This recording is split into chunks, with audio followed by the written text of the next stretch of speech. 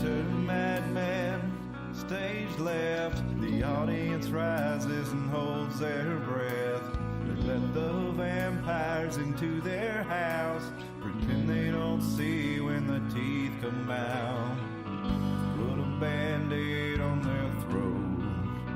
No one wants to rock the boat, and no one wants to talk about it. You're not supposed to talk about it.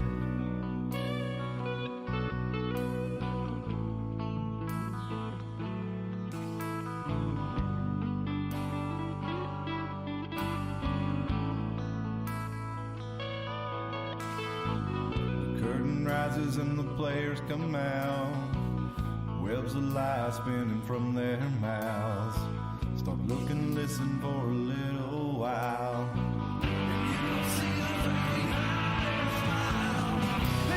Attention to the men behind the curtain. Just look away when you see the blood spurting down to a steady drip. I promise to leave you a little bit. I'll be back for another drink tomorrow. I love the taste of your terror and your sorrow bathing in your blood. It's never enough.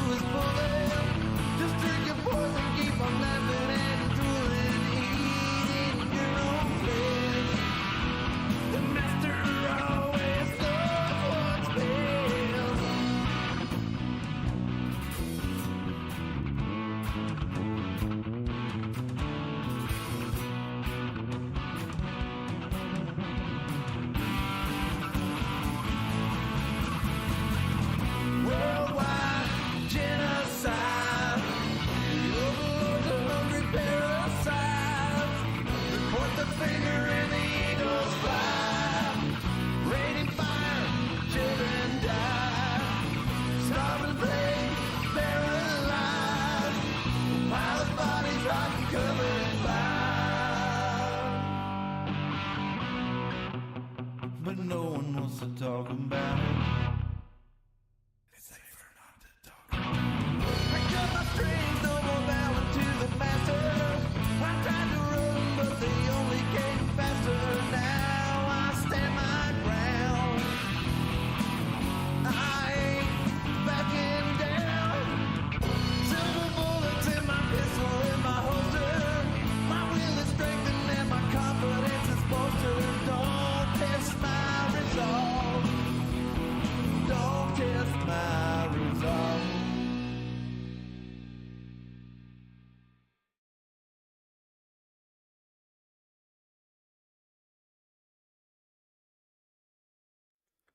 Hello and welcome to the Iron Mountain Hour. It is Sunday, February the 4th, 2023. I'm joined by Dustin and Orville Redenborker here, who was kind of surprised by Dustin there for some reason.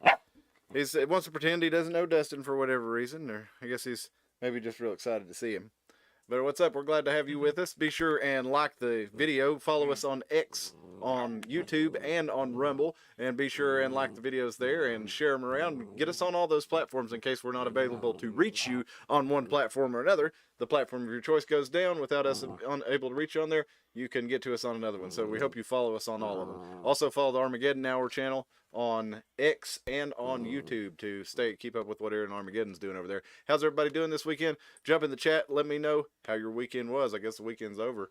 It's about springtime. Punxsutawney Tony Phil did not see his shadow, so he's calling for more spring. The bees and the flowers agree with him. They're out there in the yard. Killed a mosquito on Friday. Oh, So, yeah. So it's probably just going to be like every other year. We have an early spring, and then we get, then we get cococked by whichever dogwood blackberry, winter, Cherokee, blackberry, dog, or whatever. yeah, one of them gets us, and it fools the trees into blooming. And my peach trees that are it's really too cold to grow peaches here, but occasionally I can get a good crop of peaches, but usually they bloom, and then it gets cold one more good time where it stays below 30 degrees for a few hours, and it kills them, and I don't get any peaches. So hopefully that won't happen this year. But Well, you're gonna have to talk to the president of the United States about that. that's right. Why hasn't he implemented a carbon tax yet? I don't know. Oh, wait a minute. No, it'd be the opposite of that, I guess. I was confirming the 1990s. Yeah, the peaches for me. Mhm. Yep. Gosh, that was a big part of my 7th grade or 8th grade year, I guess, was that song, Peaches, and Lump. I think Lump was earlier in the year from that, and then they followed it up with Peaches. And they had one other song that was pretty popular. I can't think of what it was now. I can't either. But they even Weird Al even copied one of them, so that's always an honor to have Weird Al copy a song. It means you've pretty much made it. He did the Forrest Gump. She's Gump, or he's Gump. And I saw Forrest Gump. There was apparently there were 2 novels, and the second one was never made into a film. But in it, Forrest kind of continues on his same kind of lifestyle of popping up in places where it's very significant, and he affects the outcomes So is of the Forrest world. Gump decrypted? He could be, yeah. He's actually in the book. He is responsible for the crash of the Exxon Valdez, and there's something else that he's some major event that Forrest fucks up He's and like causes the to happen. slightly less lamp attracted Mothman. Maybe. But that's you heard it straight from us, folks. Forrest Gump is decrypted. hey, it's possible. 'Cause he does have it's even become like a, they call it Forrest Gump syndrome or something like that, where if you just happen to show up and things change because you were there, even though you really didn't have an effect on things, but the fact that you were there caused the outcome to change, and especially if it's part of a bigger event, they call it the Forrest Gump effect. But so tonight, Moose was going to come on today, but I was unable to do the show during the day, which is when he has to do it. So we're going to try to have Moose back in next week, but it's hard to really know if that's going to work out. But I hope it does. Hope everything's good. But if it does, then we're getting a good start on maybe it'll be some things that we'll continue on, because Moose knows the music business inside and out like nobody else. So I thought maybe we'd go over some music industry conspiracies, some of the more mainstream ones, and kind of get those kind of as a primer for our conversation with Moose.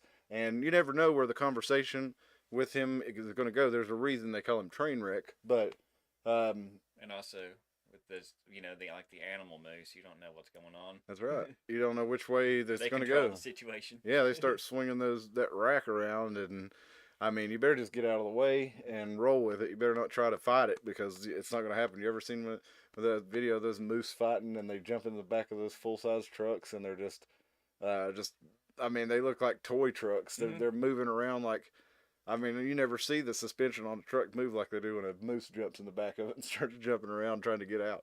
It's pretty wild.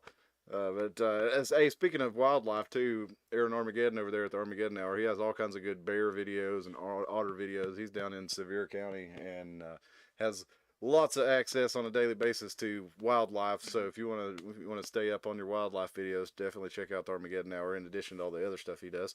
But I figured some of this stuff that we'd get into tonight would be kind of more of the well-known music conspiracies, and maybe some of them you've heard and maybe some you haven't, but I think they're all pretty interesting, and we'll get started.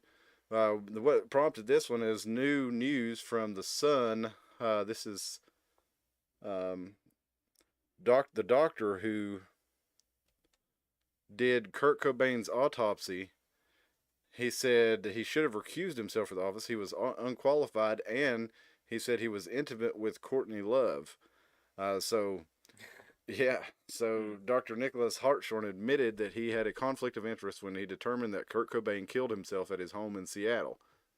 And You know, of course, Cobain, the frontman from Nirvana and the visionary behind all their songs. I think he wrote all their songs. Could be mistaken, but I believe so. he was married to Courtney Love of the band Hole, and this article goes on to talk about how you know, it goes into more to explain kind of how they all were how they all were related and everything. But what it comes down to is that he told him that he told the Sun back in 1996 apparently that he should have been recused from the autopsy. But this didn't come out, I don't guess. It wasn't public until, due to Washington state privacy online or privacy laws, it was leaked online last week. So allegedly, Kurt Cobain, you know, turned a shotgun on himself, and this, you know, makes you wonder because apparently, if you go back into and Halperin also there was a book that said that Cobain had 70 times the lethal dose of heroin in his system and therefore could not have killed himself. I'm not sure exactly what that means, but I mean, so maybe he was knocked out and then so he wouldn't have been able to actually use a shotgun on himself if he had that much heroin in him, I guess. And also, I mean, when you look at it, the shotgun that was used, if you're that screwed up, you wouldn't have had the fine motor functions to have, you know, stuck that in and pulled it with your toe. Yeah. Because it was a full length, like, what, 26, 28-inch turkey gun? Yeah. Yeah, and I mean, so I mean that kind of opens. There was a lot of accusations at the time that Courtney Love had something to do with his death because if you really go into it, you can find people's blogs online and stuff, and we're not going to get into all the details of it, but basically they said that there was that Courtney or that Kurt wanted a divorce or something because Kurt was or Courtney had an affair, and if they had a divorce, then basically Courtney would get half of his stuff if Kurt committed infidelity, but if she committed infidelity, she would get nothing. And if what was it? If Kurt died, she would get everything that he had. So it was like she was looking at possibly getting a divorce and getting nothing, or you know, if Kurt dies, she gets everything. So that's the main conspiracy there is that, you know, here she is. She's kind of a upcoming rocker. She's made it on MTV and stuff, but she's nowhere near. I mean, Hole was never Nirvana big, but they were pretty big. I never really even liked them. I feel like they had one song I thought was okay, but I don't remember what it was. Yeah, but I don't remember caring much. Doll Parts maybe was or was that the name of the album? I don't remember. It seemed like there was one song they had that was okay, but I was never really big on them. But that, you know, that brought to mind the Jimi Hendrix story. You know, there was. We got Armageddon Hour in the chat. What's up, man? Let's check out the chat. You've been magnet fishing. Okay, so that's what you've been doing on your videos here recently. I haven't checked out in the last week or so. But Armageddon Hour says he openly admitted he scribbled the lyrics on napkins right before they recorded and made them up. But man, it worked. El Deuce. My first band I sang for was one called One Hot Minute, and we covered mainly Nirvana and Chili Peppers. But yeah, she wanted his money. I heard he was divorcing her too. Yeah, that's the theory. I mean, I don't know how much there is to it, but you know, somebody like Moose maybe will be able to lighten us on a little more. I just kind of wanted to hit the baseline on these and see what you guys thought of them. Anybody else has anything to add on that? Get it in the chat. We're going to also talk about Jimi Hendrix. Now, I had seen a movie about Hendrix several years ago. It was an older movie, but it, you know, made me think he was. Of course, it was dramatization, and it was, you know, nobody really knows, I don't guess, but it made me think that he was murdered. And when you get into the Telegraph, which is wanting me to subscribe to read this article now, but that sucks because they had a good kind of summary of the conspiracies on this. I don't know, I read it earlier, but maybe it'll let me read it Nope, it's not gonna let me. I'm not logging into the Telegraph. You're not telegraphing your move. No. I don't know if that'll work, but if you copy the URL and go to like your Archive. private mode, Yeah.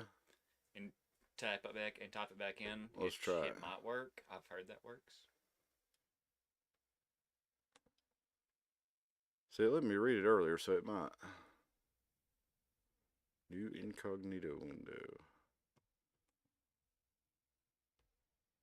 And if we need to, we'll put that in the archive.org too, if that doesn't work. But it looks like it's working.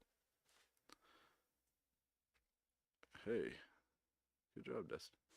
Oh no, it didn't work. Alright, so let's just copy this and see if we can go to archive.org.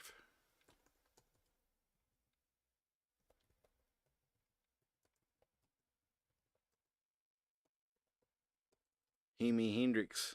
Who killed Hemi?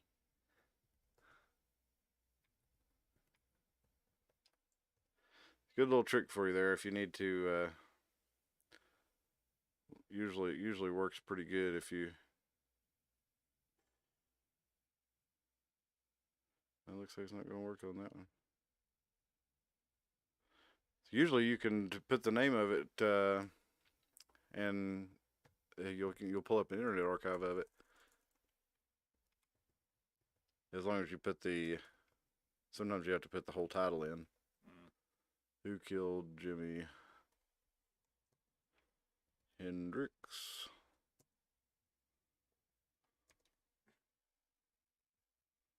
Yeah, it's not wanting to. I guess it's because I'm searching with Google and it's not wanting to bypass and show me the archive.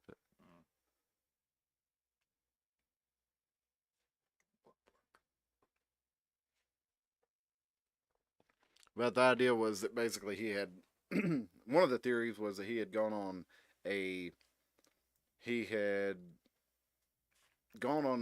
interview with a teen magazine, and he said something about that he was basically trying to support the Black Panthers, but he ended up pissing them off because he said something to a magazine where he was like, yeah, the Black Panthers are ready to run on the Capitol or something like that. And so when this got put through the magazine's editor, of course the magazine's editor reported to the feds, and the feds raided all these Black Panthers, and apparently that there was the idea that some of them may have been involved with wanting Hendrix dead, and then there's also the idea that his manager had something to do with it for basically for higher powers, and they say somehow the CIA was, which I was going to read you in that Telegraph article where it talks about how they said why they said the CIA did it, but I can't remember what it is now. The only one that I can remember is the Black Panther one. But then we get into we'll go from Jimi Hendrix, we'll go to Elvis, and of course there's the conspiracy that Elvis is alive. We've talked about Weekly World News and National Enquirer and what was the Tupac and Biggie? Yeah, what was the other one? The Sun? Is that the other? No, the Star. No, Weekly World News. And what was the other one? I can't think of it. But anyway, y'all remember the magazines back with Bat Boy and Elvis, and that was always the funniest to me was the Elvis sightings, because in the Elvis sightings he was always in his jumpsuit. Elvis is a cryptid too. Yeah, he might be. I mean, if he's always in his jumpsuit, he has to be. And I was a kid, I was always thinking, this is so stupid. Like, if Elvis is alive, I guarantee he's not walking around in his jumpsuit pretending to be Elvis. But then again, I was like, what a great disguise. Nobody would ever expect it if you were Elvis that you would be dressed as yourself walking around, because Elvis impersonators seem to always be trying to get attention. So if you were Elvis and you wanted to have people leave you alone, you could be a terrible Elvis impersonator and nobody would want to give you any attention. And end up in a nursing home fighting old Egyptian gods. Yes, it's Bubba Hotep. but he's, I don't know, man. The idea that Elvis is just like, he always looks like he's walking around really sad, and in his jumpsuit, and I don't know. Well, I mean, if you had to go out on the shitter, I mean, it's kind of like, well, how am I ever gonna? And now, if it's his ghost, yeah, I can see that. I mean, yeah, he was the tops. But there was also, just as we're going to get into some of these later ones, there was the theory that Elvis was actually unleashed upon the American public to usher in the sexual revolution, which was part of the plan to usher in basically a communist revolution, similar to what they'd done in communist Russia. But because the American people were they were pretty locked into their identity, and they didn't have the most people had a pretty good life in America compared to your average, I guess, young person in Soviet Russia, or not Soviet Russia, but Tsarist Russia. And it was a lot easier to stir up an uprising all at once in Tsarist Russia than it was in the United States in the 50s and 60s. So the idea was that they released all these musicians to basically demoralize Americans, starting in the early 20th century. But they had to go little by little, and eventually that Elvis was kind of the exponential raise to the next level, because people weren't even allowed to go out into public in a bathing suit. And remember, it was such a big deal because Elvis was shaking his hips and his pelvis on television, and that kind of stuff wasn't allowed.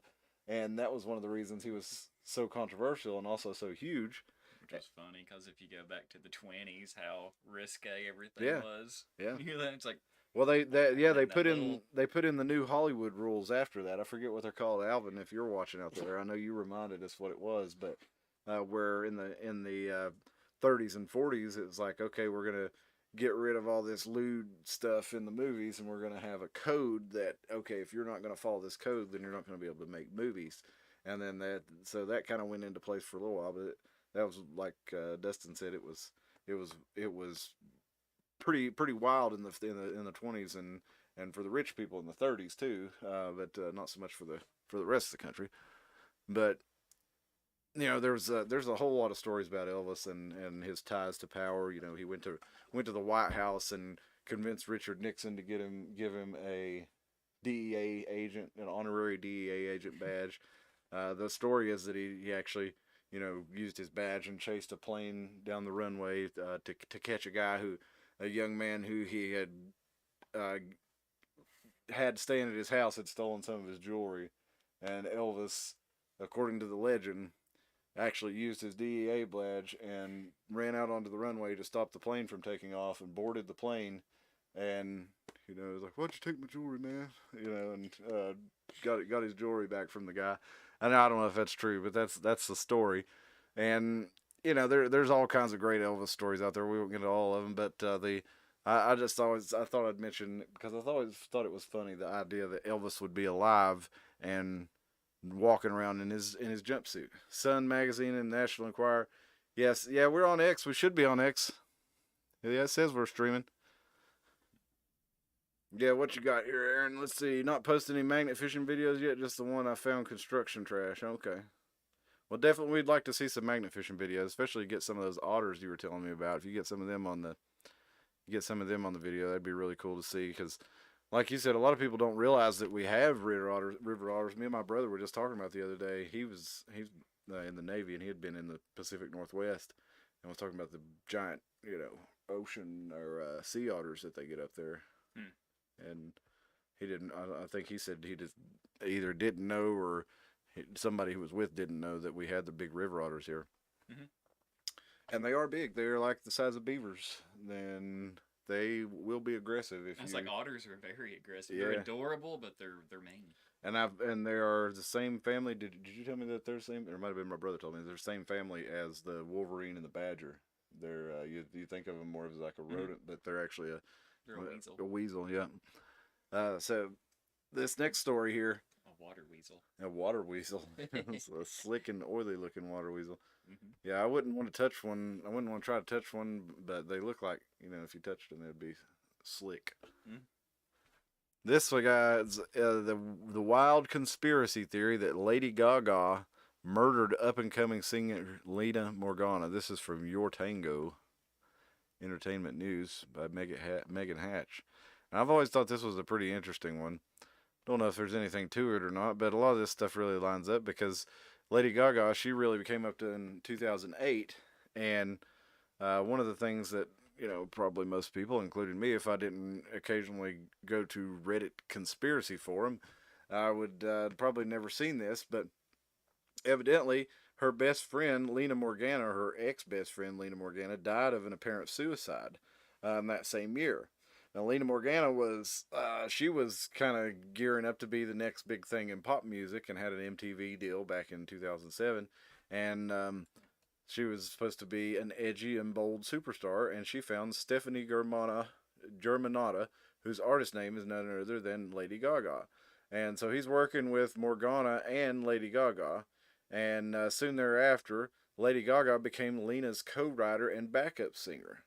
And initially, she was working with Morgana, but she was already kind of scheming her new name there, and she came up with it in 2007, was signed to Interscope Records.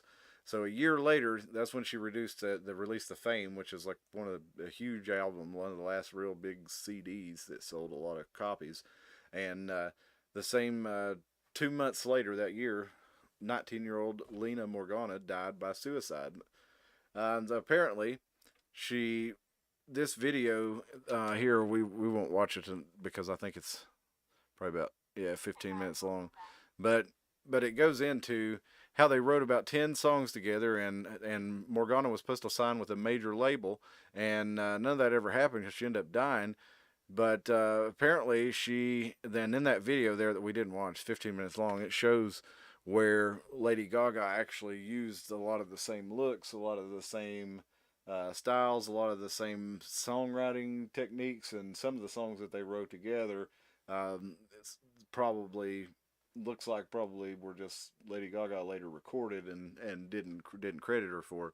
So that's the conspiracy, is that somehow or another Lady Gaga they were setting up this girl to be the next big thing, and then they decided that Lady Gaga was going to be the next big thing, and the alleged allegation is that Lady Gaga actually betrayed her friend to and sacrificed her, however you want to put it, to become Lady Gaga. Is there not like a smaller indie film that basically that's the plot of it? Something similar to that, like you have a friend and they're helping, you start working together with that, and she tries to kill the main person to basically take their identity and their fame and stuff. That sounds like a familiar story, really. It does. I mean, it sounds like it sounds like one of those stories as old as time itself, really. One of those 18 stories that we talk about that are pretty much every story is a variation of them. And that's one of them that, like if you go to even something like The Hand That Rocks the Cradle is probably the one that comes to my mind as far as, it's a different version of it, in that, this woman is stepping in to try to, basically replace this mother. But, it could be fame. It could be, you can interchange the parts of the story, the setting, but ultimately it's kind of the same story of a woman trying to replace another woman who has everything that she wants.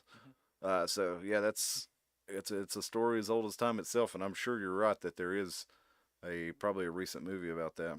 I mean, even by recent, like the past 10 years or so, I'm seeing like me watching that, as long as it's not something that I've randomly cooked up out of nowhere, but whatever. Well, the theory is, here's theory one, that Lady Gaga is holding. Now this is a since deleted interview, but Morgana's mother said that Lady Gaga is holding Lena's soul, and I want her soul to be free. Now, does she mean that literally? Or does she just mean like she stole everything about her, and by that she means she's holding her soul?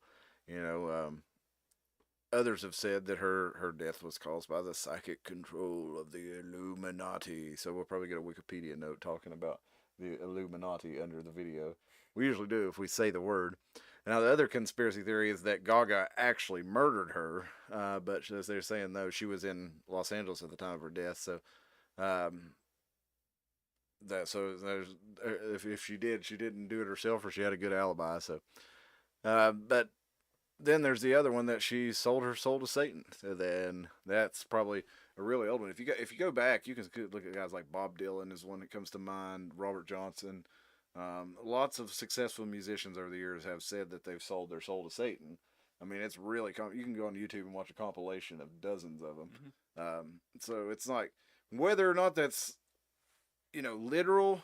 I don't know, but if you listen to the Hotel California, the lyrics of it, that's pretty much, and it's not just a metaphor for Hollywood like a lot of people think it is. It's kind of just the dark side of life in general. Although that song seems like it applies particularly to Hollywood.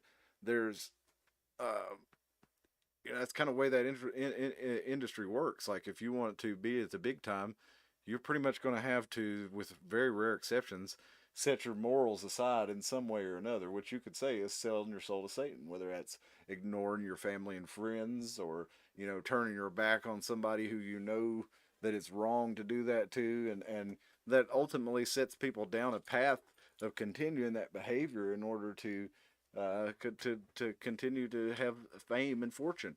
And one of the things that famous people fear the most, because you got to remember, like there's the saying, like if you can be rich and not be famous, like I would just be rich. But if you're going to be famous, you got to be rich, because it sucks to be famous if you're not rich. But a lot of these famous people who get you dark side field. yeah, a lot of these famous people want to stay famous because that's how they're rich, is because they use their fame to achieve wealth. So if they lose their fame, they lose their importance, they lose their wealth, they lose their position. Particularly in the entertainment industry, there's always a new crop of young stars coming to replace you. So this often puts people in desperate situations, and especially with young people too, and they're inexperienced. They're often a lot more likely to throw somebody under the bus because, okay, here's your chance, you're never going to have it again, and they don't want to miss that chance. I mean, I don't know that it's necessarily more prominent with young people, but I guess young people or older people probably have already made that choice if they're in that lifestyle already. So you tempt them with everything that the devil can offer you. That's what Hollywood offers you: wealth, fame, success, power.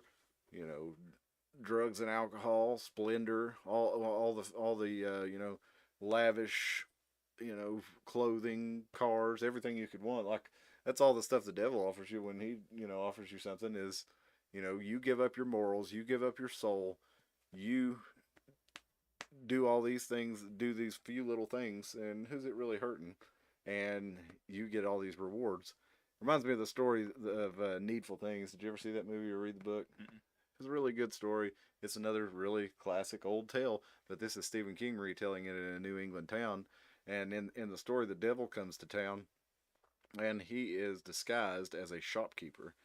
And he sets up shop, and in his shop, he has all the things that all the people in the town want. So they go in the town, and like if it's, this little boy, it's like a Babe Ruth rookie card, and he's like, oh, well, this is a really expensive card, but if you play a little trick on your neighbor, I'll give it to you. And the kid's like, okay, deal, and he's like, yeah, I just need you to go just throw a little mud on your neighbor's sheets while she's out, she's got them hanging out back. And the boy doesn't know anything. He just knows he's getting his card, and he knows he's doing something wrong, but he doesn't know what a big deal it's going to be, because it ends up like he throws sheets on this lady's house. Well, they've already been having this big feud, and then it erupts into, the two families stabbing each other to death. And, that kid didn't know that that's what it's going to lead to, but he did know that he was doing something wrong in order to get something that he wanted. And basically he runs this scheme on the whole town, and they end up, basically destroying themselves. And it's, it's a microcosm of the nature of evil in man. And you could, you can call that the devil, you can call it whatever you want, but the fact of the matter is it's a real part of life that people are willing to, justify a small wrong to get what they want, and that it ends up leading to much bigger wrongs and much bigger harm to everybody down the road. And how, we've discussed before, the satanic panic and stuff like that. It's like everyone's always like, oh, metal's that's the devil's music. I'm like, Okay, really? It's like in 90% of the genre. You think someone's gonna sell their soul to being a shitty conversion band with 5 other smelly dudes? Is that it's like they're either the worst deal makers in the world Yeah. Well, or I mean, there were the ones that, I mean, there was always the dark imagery in metal, and it was in many cases like I always think of Black Sabbath, who was, you know, a lot of times considered the original heavy metal band, and they were kind of one of the ones who scared a lot of people early on because they were probably the first really mainstream band that had, you know, scary sounding, you know, doomy sounding tritone guitars and bass, and uh, you know, shrieking about the devil. And but most often, actually almost every time when Ozzy was screaming about the devil, not necessarily with Richie Blackmore and you know, Tony Iommi and Dio, they were kind of a little more. I could see maybe while that people would have called that a little more satanic, but as far as like the Ozzy Black Sabbath, if anything, he was pointing out the evils of the world, and yeah, he was talking about Satan and the devil and stuff, but he was mostly saying, "You guys are all satanic. You mainstream culture Mhm. that is around, you know, killing people all over the world and controlling the whole world and doing these crazy." Rituals that you call wars and famines and all this stuff. You are the evil ones. You are, you know, and War Pigs is pretty much a good summation of that, or NIB also. Um, which I mean that is a good summation of the whole genre. It's like a lot of metal. It's very yeah, open to things like that. Even like your more blatant, even like the black metal bands where like the members are like practicing like Luciferians and stuff like that. It's like, and yeah, they've done some shitty things. Like I love the band Dissection, but John was a very rough person. But at least they were honest about it.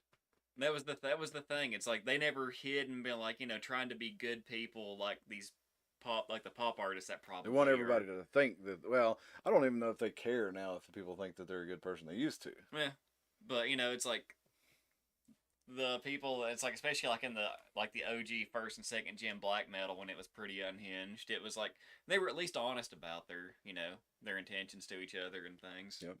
Yeah, Charles Manson and the CIA, Armageddon Hour said in the chat that was one I was going to get to a little bit because Manson, you know, he had connections with Timothy Leary, who, you know, later was to be found to he was running the CIA, who was helping distribute acid and LSD around, you know, the Bay Area music scene. And there was a whole other thing with that. We only have bits and pieces, so we can't really say, oh, this is exactly what they were doing.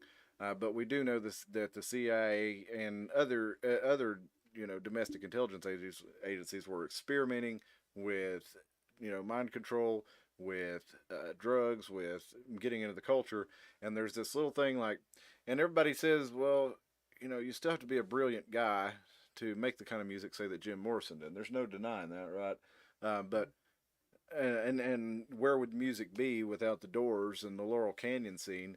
But the you think about the cultural shift that happened around that music, with especially a lot of the like the Mamas and the Papas and kind of the protest music scene that was really popping up about the time. And the Doors, of course, they were, you know, opening the doors of consciousness to different levels. And this is, you know, this was all part of opening people up in according to the conspiracy theory, of opening people up to different ideas like, you know, communism and revolution and the sexual revolution and third wave feminism and kind of all the ideas that basically been implemented through our university and social structures and academics and governments and institutions over the last 60 years really.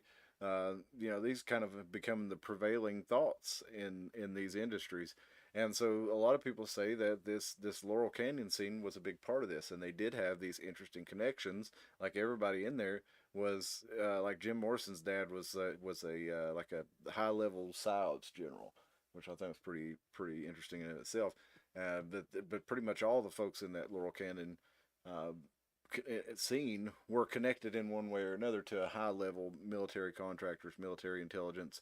Michael Aquino, that we talked about, with he basically the inventor of psyops and psywar, and he was a devout Luciferian or devout Satanist, not a Luciferian, in the military. He was open about it, and You know, they was kind of famous in the early 80s because there was nothing they could do because it was his constitutional right to be a Satanist. And but apparently Satanism is like really big in some parts of the military. There, you know, and I can imagine if you're getting over there and being turned into a killing machine, and you know, it takes a certain mentality to stay alive doing that. You can't just go over there and Preservation of self. yeah, you can't be Mr. You know. Rogers in a war zone or you'll be dead. So, you know, I can see how that would be appealing. You guys are out there killing every day, and you know, you're living off your ability to do that. So I can see how that would be something big that they would get into. But yeah, as far as oh, and Aaron also says, don't forget Marilyn Manson and Lady Gaga was at Joe Biden's inauguration all beside each other. Oh, I didn't know that. But you know, there's always been. We talked about it when we talked about Taylor Swift, because there's been the thing going around, is Taylor Swift a psyop, and I think she totally is, but I don't think it's like Cult leader at least. Yeah, Bare minimum. she may be that.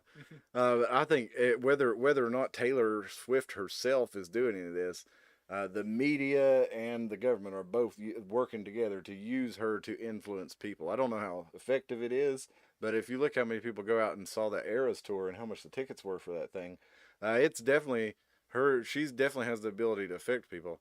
Now they say, well, she you know, was a failure at getting people to register to vote because like only 8,000 people that saw her Twitter post telling people to register to vote actually did register to vote, and she has like 272 million people.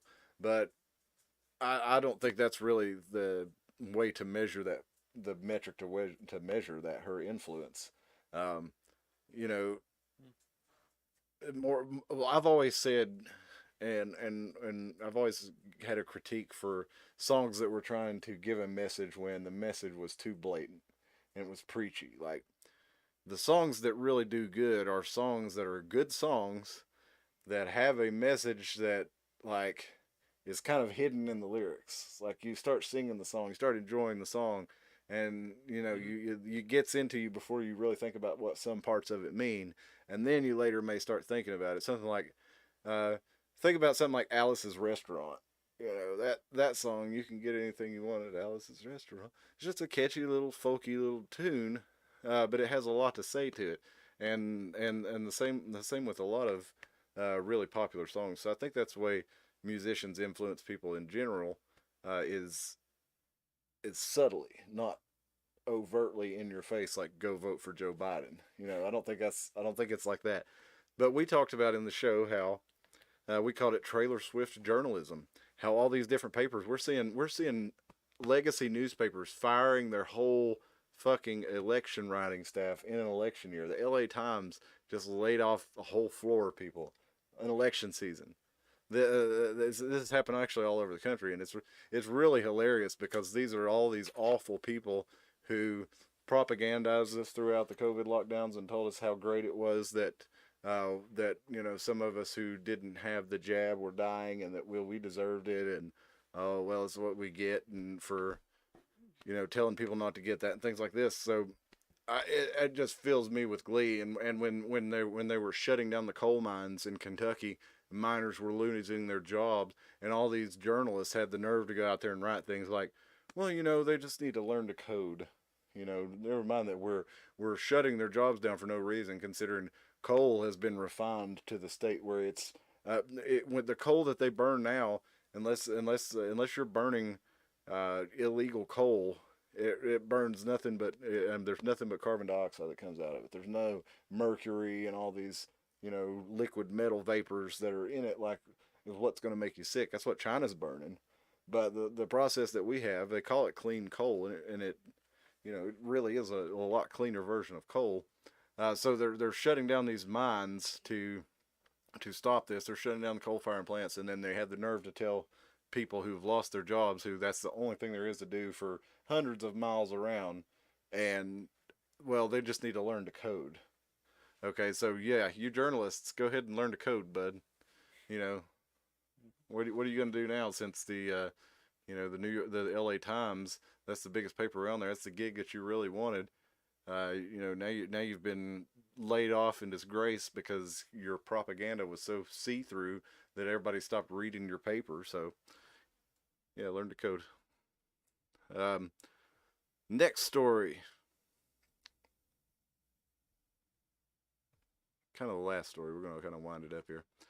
Have you heard about the secret meeting that changed rap music and destroyed a generation? Ice Cube was recently talking about this. There's a video from 2012 of Crazy Bone reading the letter. Now the letter's kind of long. This video, Crazy Bone reading it, is like 12 minutes long. I'm going to show you the Ice Cube video here in just a second. I had it sent to myself. Woo. You got stinky breath, dude. Is this it?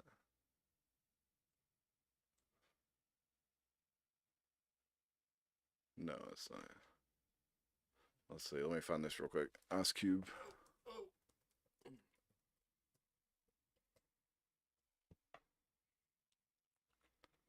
Here's the longer clip. Here we go. This was a clip of Ice Cube on Bill Maher's show. And I think this is from last year, but it's just been making the rounds here very recently. Now let me make sure I've got everything queued up so y'all can hear this. And I do not.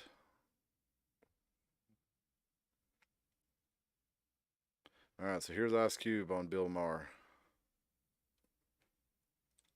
Same people who own the labels own the prisons. Literally the same people? Literally the same people who own the labels own private prisons. The records that come out are really geared to push people towards that prison industry. But they didn't make you write those lyrics. It's not about making somebody write the lyrics. It's about being there as guardrails to make sure certain songs make it through and certain songs don't. Some records are made by committee, meaning record company guys sit around and tell the artists, this is hot, say that, do this. We're gonna have this guy write the lyrics. We're gonna have that. You have, the record company pushing the narrative. Some social engineering going on here to make sure those prisons stay full. Same people who own the... So a lot of people have had that theory for a long time. This letter that went around, supposedly in it was the meeting that happened, I think, in 1991, and I'll have Crazy Bone describe the letter, but we're not going to watch the full video because he reads the whole thing. It's 12 minutes long. But I highly encourage you to read the letter, the secret meeting that changed rap music and destroyed a generation. That's right, the secret meeting that changed rap music and destroyed a generation. And the letter was originally posted to a blog called Hip Hop. Hip Hop is Red, and here's Crazy reading the first little bit of it. The secret meeting that changed rap music and destroyed a generation. Damn. So it says, hello. After more than 20 years, I finally decided to tell the world what I witnessed in 1991, which I believe was one of the biggest turning points in popular music and ultimately American society. I have struggled for a long time weighing the pros and cons of making my story public, as I was reluctant to implicate the individuals who were present that day. So I've simply decided to leave out the names and all the details that may risk my personal well-being and that of those who were, like me, dragged into something they weren't ready for. Damn. And he goes on to describe a meeting at which all these big music labels got together, and basically the owners of them all got together with the producers and a lot of the big wigs, and they said, look, here, this is the agenda. We're here to make money. Part of our money is we own these prisons, right? And we are going to and this goes right into, we've already seen Freeway Rick Ross.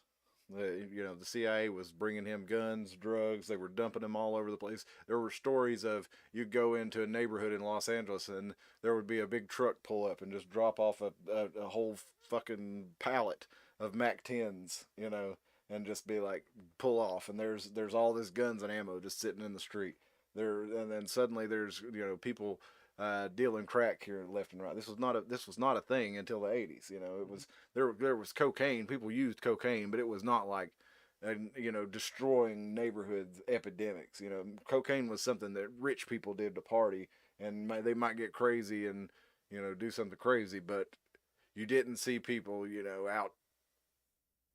Like I said, whole neighborhoods destroyed, robbing people. Can't even have a store open because everything in there is going to be robbed. So, this was a whole nother level to this, and this was, if you read about Freeway Rick Ross and how he was involved in that, you can kind of see how this all ties together. So, if we're imagining that these actors who were for the CIA or the United States government or whatever capacity they were in were, let's just go work with the assumption that they are related to what's this meeting that we're talking about here. So you have them distributing guns and drugs into the neighborhoods where they've never been one, basically breaking the moral fabric of it. You've had encouraging fatherlessness because you always give custody to the mother. They make the father not able to see them. You make the mother not able to let the father around if she wants to get welfare benefits. So this was systematically destroying the black neighborhoods. They would even after segregation and all this stuff, black families had higher in wedlock births. They had more cohesive family units. They had more cohesive neighborhoods. So there was the theory that this was intentionally done to destroy the black community. And yeah, because looking at it up until like this happened, it was like there were like lesser divorce rates. There was a lot higher percentage of like the black community having what the quote unquote atomic family was. Yeah. And that was the first step in it, right? Was get the father out of the household. Then the next step, according to the plan, was according to the theory, was in the 1980s and early 90s. All these, young teenage, early 20s young men who'd grown up without men in their families are looking to, older, gang members, stuff like this. And you have also the television and the MTV. They're promoting music that says this is cool, right? So you have like people, a lot of kids my age, I was about 10, 12 years old when gangster rap really started becoming mainstream and popular, and you actually started seeing people talking about it and things. Now normally you would have the record industry was never really, it wasn't like they weren't unwilling to push boundaries, but up until then, they pretty much controlled what was allowed on, what was allowed to be music, and they kind of strayed away from things that were what they considered indecent. And then all of a sudden, there was this group of people who didn't care really about that and were willing to release this music. And there's lots of things you can say that are indecent that are not, promoting criminal activity. So far from being just indecent, you had stuff like Dre and Snoop, stuff that I loved. NWA, this was straight up promoting criminal activity. So it's not something that normally would have been released by a record label on a major level up to that point. And so this became cool suddenly to emulate people who talked like this, and like Eazy-E, Ice Cube, Dr. Dre. It became cool to dress like them. And suddenly you had a whole culture who was dressing and emulating the behavior of criminals. So not only, or is just as the black culture wanting to emulate rappers, but all the culture is. I mean, it took Carter County by storm. I mean, we all wanted to be, Snoop Dogg or Dr. Dre or Warren G. It was that was the coolest people we knew, and we wanted to dress like that. So now you have like a lot of the culture that carried over from gang culture became really popular. So you even had like rich black people and entertainers who were dressing following gang style. And so then you had, of course, I feel like this kind of goes hand in hand with police profiling black people more, because the popular culture was to dress like the criminals were dressing. So this was the kind of people that the police were already looking out for, were folks with sagging pants and this kind of big chains and this kind of style. This was the kind of people that they were watching because that was like a gang culture and fashion. So this kind of became more mainstream, and you had all these huge racial tension incidents between police and like your Rodney King and Reginald Denny and all this stuff going on in the 90s. So I feel like that this definitely makes sense that this was all a plan to push this kind of music because ultimately we're here to make money. We've invested in private prisons. We've also invested in things like having crack cocaine being sentenced at a higher, I forget how much higher it is than regular cocaine, but crack cocaine, like a small amount of it would get you a way worse sentence than having, a larger amount of powder cocaine. And so a lot of people say this was done to target the lower classes and being able to have a constant supply of, labor in the prisons. The state has to pay so much money per inmate, so they're constantly. You can thank our current leaders. Our current parasite in chief. Putting that stuff into act. Yep. Biden was one of the main ones on that crime bill in 1994 that actually distinguished. What is this dog doing? He's sticking his butt up in there. But yeah, so it would all make a lot of sense to me. I know it's hard to really verify that any of this is true because that Hip Hop Is Red is a blog that letter popped up into. So we don't know. We can't verify it, but Ice Cube says that he says it's true, and he says that it's true that the same people that own the prisons own the record labels. And I did a little searching before, and I did found there was some overlap. It's not like one guy owns Interscope Records and he also owns a prison in Atlanta, but it's like shareholders own stock in all of it. It's all like a big mesh of. Remember when we looked at BlackRock and Vanguard and State Street Capital and all these different investment firms and how they owned all these different parts of the media? Well, we look at each part of the media. Well, except for like Sinclair, that was like really one of the only ones, and that was the that's basically the conservative local news propaganda outlet. That's the one where we saw this is very dangerous for our democracy on like 1,000 screens all at once. That was Sinclair doing that. And they're actually not owned by the same people as the other ones. They are a private group. They mostly own their own. But you've got like guys like Nexstar who puts out WJHL. Nexstar is owned by 10% of them, or 9% by Vanguard, like 9% by State Street, 9% by, they own 7 to 9% each of these big firms. And that's not enough to have controlling interest, but it's enough to pull some strings. If suddenly you have $1 out of every $10 gone because you've pissed BlackRock off and they don't invest in it anymore, you've got to find a way to get another $1 out of every 10 you got. That's not a small amount to make up. So they gotta keep these investors happy, and I think it's kind of the same way in the prison and the record industry label. It's like, yeah, they have it all invested through different private capital firms, but ultimately it does kind of create a revolving door for their money. Like the more they get in, the more they put in hip hop and the more results they get from it, the more people that go to prison, the more money they pull back in from that. They're selling records, they're selling ads, they're making deals with clothing brands and everybody else, Spotify. And then they're also getting more money by people emulating this and trying to I guess capitalize on the idea of what masculinity is when the individuals that we're talking about have not had a masculine figure to show them what that means. And to that it means, oh, I'm tough, so if you step on my shoes, I'll shoot you or something, rather than understanding that resolving things with peace is actually the much manlier situation. A real man only uses violence when it's necessary, and part of that is ego. A real man understands and teaches his children that the ego was one of the things that'll get you in trouble more than anything. It's one of the most destructive forces on the earth.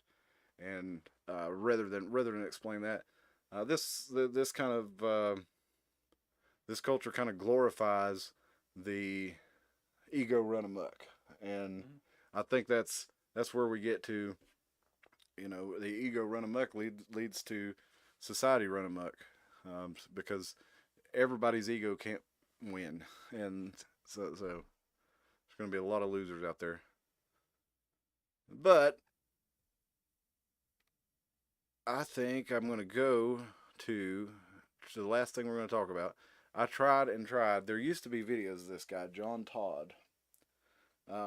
He was on YouTube. He did presentations. Now, if you're back in the old school conspiracy days, you've seen, you can't find videos. You used to be able to find lectures of Bill Cooper, Jordan Maxwell.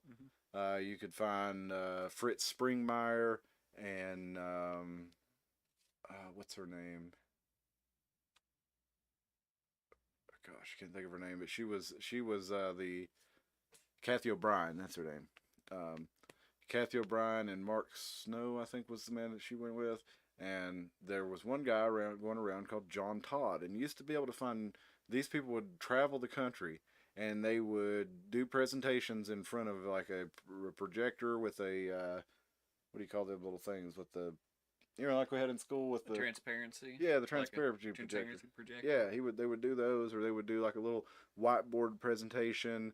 You know, some of them would, you know, hand out pamphlets to everybody and then just explain everything on the whiteboard and say, look at your pamphlet here. But anyway, these guys were big around the 90s and 2000s. They really started in the 80s. John Todd was more of the late 80s and early 90s, and he claimed that his real name was actually Lance Collins, and that he was a member of the Council of the 13, which is supposedly the, you know, you've got the Committee of the 300, and above that you've got the Council of the 13. And this is a representative from each of the 13 Illuminati families that, if you look those up, you know, you'll find a lot of real familiar names, but his is the name Collins. And he said his real name was Lance Collins, and that when he left this name behind, he became John Todd. That was when he became a Christian. But his job, according to him, was that he was a major executive. Yeah, he was a major executive at Columbia Records, and he claimed that in his time there, he was basically overseeing the music industry for the Illuminati, and that one of the main parts of his job was to imprint demonic frequencies on any piece of music that was going to be released to the public. So if you had an album, they had according to him, they had what was called a temple room. They would make the album, they would take the master, and before they would actually press it and you know, start production of it, they would take the master up to a temple room, and they would do a ritual where they would allegedly summon all kinds of demons to be carried out with the music as it was played. Now, whether this is true or not, I don't know, but all his presentations have been removed from the internet. The videos, you can find his audio tapes have been uploaded to YouTube. If you want to sit and listen to 9 hours of audio, you can listen to a lot of them, but I ain't got time for all that. But the presentations that he showed, though, I've watched a couple of his presentations, and they were 2 or 3 hours each back in the day, and he made a very convincing case. And I don't remember all the specifics, but again, his name is John Todd, John-Todd, or Lance Collins. You can find a lot about him out there, just not the videos, which are kind of the best thing to watch on him. So I was going to give you a little bit of some clips of those if I could find them, but I really couldn't find any tonight. And I used Brave browser and VPN and everything, and so I thought maybe I'd find them on like eBombs World, or you know, Emotion, or what's it called? Not Emotion, but Daily Motion, something like that. But you know, I couldn't find them anywhere. So if you find the John Todd videos out there, find any of his presentations, I used to love to watch stuff like that, the conspiracy videos where, you know, it was just a guy in an auditorium at the Holiday Inn, and there was like 30 people in there watching him, and he's giving his talk, and he's explaining, like Jordan Maxwell, explaining symbolism, and explaining you know, how all the different world religions tied together back in the day, and all these things that we should really know because they're part of a basic understanding of how the world we have was structured and formed. But basically, to even talk about it comes to, you know, you're a crazy person for even being interested in it, for even being curious about it. And that kind of kills me about the whole thing with conspiracy theories, because the CIA really did their job well with that term. I don't know if it's just a term, but the idea, the tinfoil hat, or the whole idea of this, because if you go to somebody and you tell them that you think that 9/11 was an inside job, or you have a lot of questions about it, they automatically expect you to tell them exactly how everything happened. Well, if you know so much about it, then why, who did it, why, when, where, what, how? It's like, well, we don't always know all these things, and some people will give you a lot of answers just to try to show you how smart they are. But honestly, we don't have to know all the answers. All we have to know is there are questions that we don't have answers to that we should have answers to, and the answers that we do have are obviously not true. So this warrants a further look. That's what most conspiracy theories come down to. And then you say, well, why would these questions have these answers? And like a lot of times you're led to a nefarious end, whether that's true or not, we don't know. But that's how we find out when people are fucking us. That's how we find out when people are taking advantage of us. When things don't add up, we say, wait a minute, what about this? But if you do that with anything to do with world history, if you do that anything to do with current affairs, anything that the television tells you, suddenly you're some kind of crazy person. And I think we got to get over that, man. That's our biggest hump to moving forward, I think, as humanity, is we are so guided, like I said, on a few. But then on certain things, like a year later, it's sort of like, it's like, I'm tired of saying I told you so, but Yeah. I told you so. I mean, how often can we do this? How many times can we really get together and say, I told you so? But the thing is, people don't listen. People, I guarantee you, everybody that was talking about fake news, well, just there's a good, perfect example. Everybody that was talking about fake news, think about how many, Trump-loving Republicans, that said nothing but fake news, you're fake news, you're wrong, for 4 years, and then COVID hits, and they tell them all this bullshit, and they're like running right out and doing everything. Oh God, they're panicking. It's like the news lied to you. They've been lying to you. I mean, that's their whole purpose. Mm-hmm. Their whole purpose. That's why we have the news media out there, is to get the narrative out that the rich and powerful want us to see. Now, there are breakthroughs of independent journalists, and there always have been, who are real muckrakers who want to tell the truth and get the truth out there to the public. But that is not the norm. Like whenever that happens, it has to go through. I mean, it's rare. Like a Snowden. Look at Edward Snowden and Julian Assange. Everything they've told us has been true, but the media still talks about them like they're traitors. Mm-hmm. They're releasing evidence that showed the United States government was breaking the law in huge ways, like totally violating the very fabric of the agreement that we have as a country.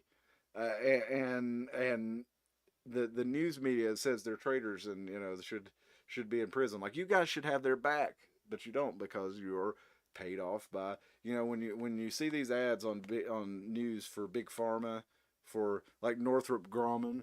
Do you think Northrop Grumman is trying to sell you, and I think Boeing's trying to sell you an F-22?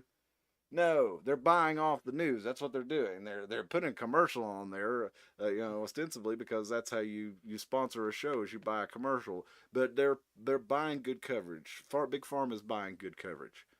Tucker Carlson just had a guest on recently. It's like, man, I would love to take that pill that's going to give me anal seepage. Yeah, and then Tucker Carlson had a guest on the other day. He's talking about Ozempic, and basically how Big Pharma runs this model. This is, that's why Big Pharma is every commercial on the news, because this is not actually news. It's public relations for the government, for the companies that are advertising on there. And Big Pharma is one of the big ones. Tell your doctor to give you this stuff that's probably going to kill you even faster. Yes. And how does the government, when they want a new war, how do they shift public opinion on a war? They put the news out there telling the public what the public needs to hear in order to convince them to go to war. So this idea that because the news doesn't say it, says it's not true, we've got to get away from this. We've got to get away from. Why does everyone believe? They're like, oh, the propaganda, like say back in World War II and stuff. They're like, yeah, they did that to convince the people, and it's just like you're staring at a screen that's doing the same thing to you every day. It should be as obvious as the video of Donald Duck paying his taxes, or the video where they're going to fight the Nazis. It's obviously war propaganda now, right? Everything that you're looking at should be that obvious too. I mean, when you have eyes to see, and probably, honestly, most of us that are watching, most people we're talking to probably do have eyes to see this stuff.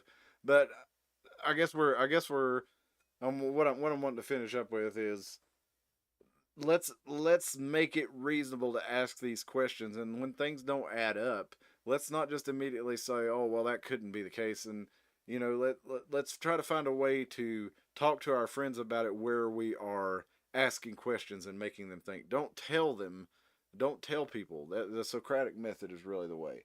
If you really want to have an effect on people, you're not going to do it by talking to them and argue with them, because you're not arguing with them. You're arguing with the television, and the television does not listen. Television just keeps blabbing on and blabbing on. You might change the channel, but it's just going to keep blabbing at you, and all those messages are ultimately coming from the same place, even if you're changing the channel.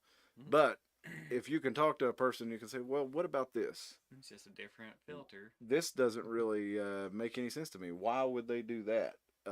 And then they ask, oh, I don't know. What do you think? Well, listen, I don't know. I'm not the one telling you on the news. The news is telling you this, but why doesn't this add up? And if you don't know, don't try to kind of act like you know everything. That's another thing conspiracy theorists tend to do a lot. I've been guilty of it myself too, kind of, because it's kind of a thing like, well, if you're gonna try to convince somebody of something, you have to be confident about it. Well, don't try to convince anybody of anything.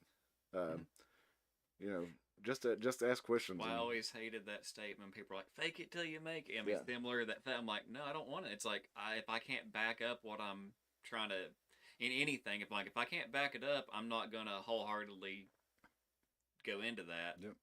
It's like I'll present and be like, I kind of think this or this, but I'm like, I don't know enough to, be able to sway anyone or to be able to, convince you. So that's why it's good.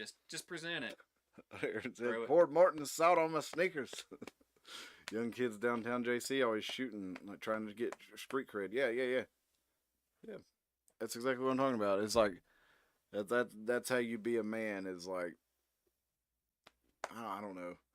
We had started building a culture in the United States and really in Europe before that, where we were trying to become a civilized society, and we had certain amount of success with that, even though we've always had disruptions and crime and things like this. But it's almost like we were getting too close to being too good, and that something had to be done about it. Now, it's true that if you look at the statistics today, the crime rates are lower than ever. We've talked about that. Mm-hmm. Yet, if nothing is going to be done to the person that's committing the crime, and you know that, and say you've had stuff stolen from you a few times, and you've reported it, and you know nothing's going to happen, you're not going to report it. If somebody breaks into your car and takes something out of it, you're going to say, well, either I'll just replace the window myself because I don't want to call, put it on my insurance, or, I'll just drive it that way if I'm in San Francisco because somebody's probably going to break it again anyway. But, ultimately, yes, crime is down as far as reported, but we just saw this weekend, you can literally climb over the border, take a plane to New York City or a bus. I don't know how they got there, but you can literally, go over the border illegally, no ID, anything like this. Go to New York City, steal a bunch of stuff. When the cops catch on to you, you can beat the shit out of them, get released from jail the next day, walk off and flip off the camera, and nothing can be done to you. That is so. If crime is down in those situations, like a reported crime down and convictions are down, I'm not surprised. But everybody knows if you live in a big city, it is not what it used to be, and they might not be. Okay, I know y'all that live out there in a big city are, oh, why are you so scared of cities? I walk around in the city every day.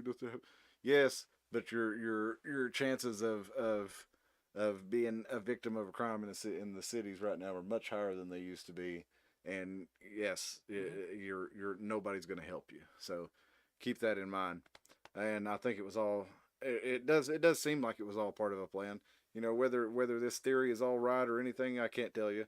You can look into it more for yourself, but I know that a lot of it makes sense for me, and I've been looking at it for a long time, and there's nothing that's concrete. But sometimes when things just fit, when pieces just fit together, even though you may not have the whole puzzle right, I may not have every piece here and there, but I've got all the fucking corners. You know, I'm getting the outline. You're like, I got this one yeah. strip right here. Yeah, I mean, so and it's kind of the same. You can do the same thing when you study these things. You start putting this piece of the puzzle, putting this world puzzle together.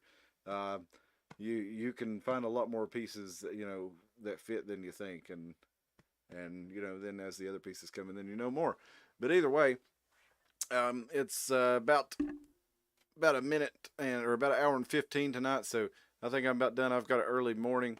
I appreciate y'all joining us tonight, and hopefully, fingers crossed, we will have Moose Trainwreck Roberts in studio next Sunday, and we can continue the conversation because Moose knows more about the music industry than probably anybody I know, as far as he can tell you all the stories. Like, he could tell you who played bass for I don't know, Jason and the Scorchers in 1988 or something. Yeah. Just around, and he'll tell you a story about him, and probably sing you a song. Oh, this is a song he wrote for Jason and the Scorchers, but they never did perform it. But I've seen him do it, you know, at you know, I don't know, some place in Nashville in '96, you know, and Moose will remember it and he'll sing a song, and that's one of my favorite. Moose, I don't think he forgets a song. I'll hear him. Sometimes I'll call him up and ask him to sing me a song, and he'll just do something I've never heard before. And he'll, you ain't never heard that? Oh yeah, that's such and such from 40 years ago. That they never did really make it too big, but they were big in Kansas City. You know, they're like, how do you know about this, Moose? How do you know this song? But it's always a good conversation with Moose, so we'll hope that happens. But if not, it's going to be in the very near future. Moose has some health issues, so it's not always the best, you know, the easiest to get him over here and get him in studio and be away from home for a while. And this weekend he was up for it, and I was not able. I had my daughter this weekend, and we had to hang out there. We're hanging out all day today, so wasn't able to move the show forward to do it in the afternoon. But everybody stay with us and come back on Thursday for me and Armageddon to get into the news and current events roundup. And then Dustin and I will be back on Sunday, hopefully with Moose Roberts. And I hope we can get Tim back in soon. Tim's on a little sabbatical, but he will be back. And until then, me and Dustin will keep bringing it to you every Sunday at 10 p.m. Hope to see you next time. Bye, everybody. Have a good night. Bye.